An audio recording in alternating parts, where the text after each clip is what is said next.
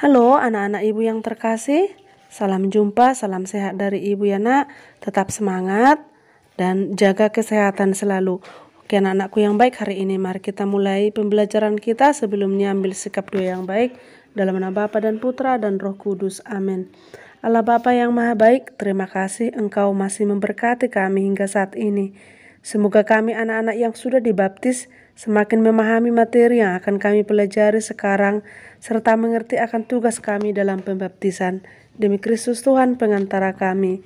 Amin. Dalam nama Bapa, Putra, dan Roh Kudus. Amin. Ya, mari kita mulai pelajaran kita anak-anakku yang baik.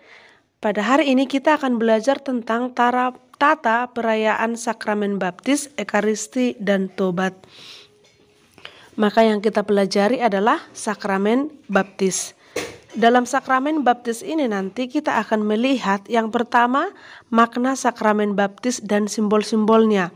Kedua, tata perayaan baptis. Dan yang ketiga adalah peristiwa Yesus dibaptis oleh Yohanes. Maka mari kita lihat makna sakramen baptis dan simbol-simbolnya. Sakramen baptis adalah sakramen yang pertama sekali kita terima, ya, dan menjadi anggota gereja.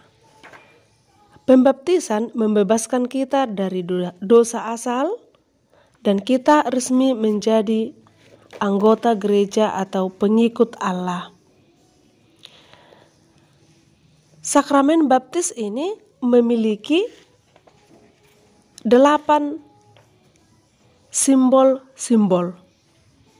Yang pertama adalah air, yang kedua lilin, yang ketiga lonceng, yang keempat merpati, yang kelima minyak, yang keenam salib, yang ketujuh pakaian putih, dan yang kedelapan adalah nama baru.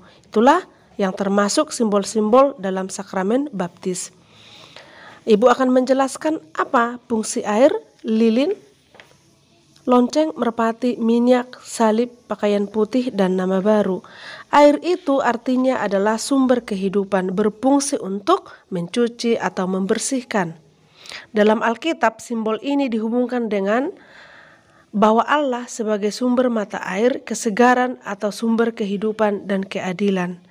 Simbol inti dari sakramen baptis adalah air, yaitu sebagai tanda pembersihan dari dosa, dari kuasa maut. Air juga sebagai tanda penerimaan Roh Kudus yang menyatukan kita dalam tubuh Kristus.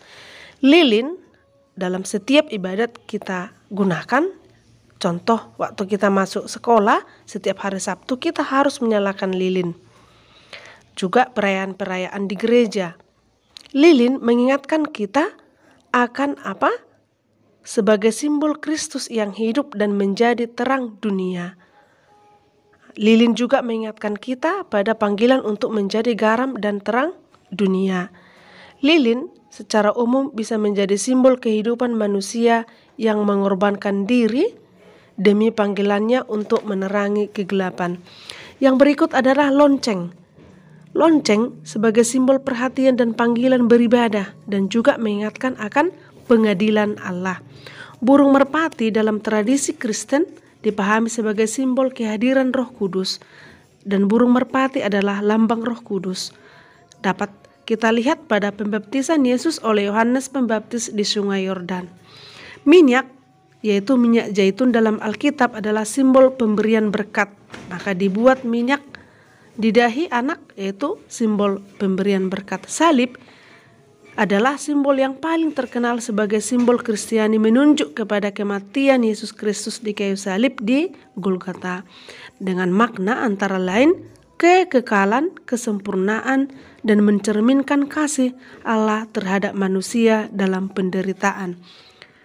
Pakaian putih yaitu lambang bahwa orang yang dibaptis mengenakan Kristus di dalam hidupnya. Dan yang terakhir adalah nama baru, melambangkan kehidupan baru yang ingin mengikuti teladan para santo dan santa. Maka nama kita itu biasanya, contoh Ambrosius, ya itu nama santo, Agatha itu nama santa. Ya, maka apa makna sakramen baptis itu? Makna sakramen baptis adalah satu, sebagai tanda pengampunan dosa. Artinya bahwa setiap orang yang sudah dibaptis melakukan pertobatan dan percaya dalam Tuhan Yesus, maka diberikan pengampunan. Pengampunan ini yang disimbolkan oleh air mewakilkan darah Kristus yang sudah diberikan untuk menebus dosa manusia. Yang kedua adalah tanda milik Kristus. Maka orang yang sudah dibaptis menandakan bahwa dia sudah milik Kristus dan sudah menjadi murid Kristus. Inilah yang membuat Tuhan Yesus memberikan perintah supaya muridnya dibaptis. Yang ketiga, diterima dalam gereja. Orang yang sudah dibaptis akan diterima dalam persekutuan gereja dan menjadi salah satu anggota gereja. Lalu kita melihat bagaimana tata perayaan sakramen baptis. Anak-anak ibu yang baik, yang pertama adalah ritus pembuka, yang kedua liturgi sabda, dan yang ketiga liturgi baptis, dan yang keempat adalah ritus penutup.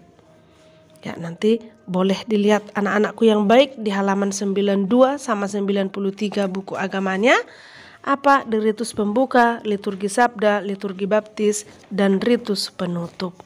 Maka kita kembali melihat Injil Yohanes ayat 3, bab 3 ayat 1 sampai dengan 21, percakapan dengan Nikodemus.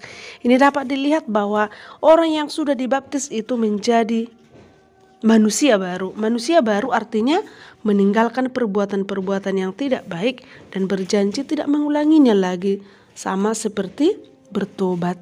Maka jika kita mau hidup baru, maka kita harus meninggalkan perbuatan-perbuatan yang lama dan kita dibaptis dan bertobat.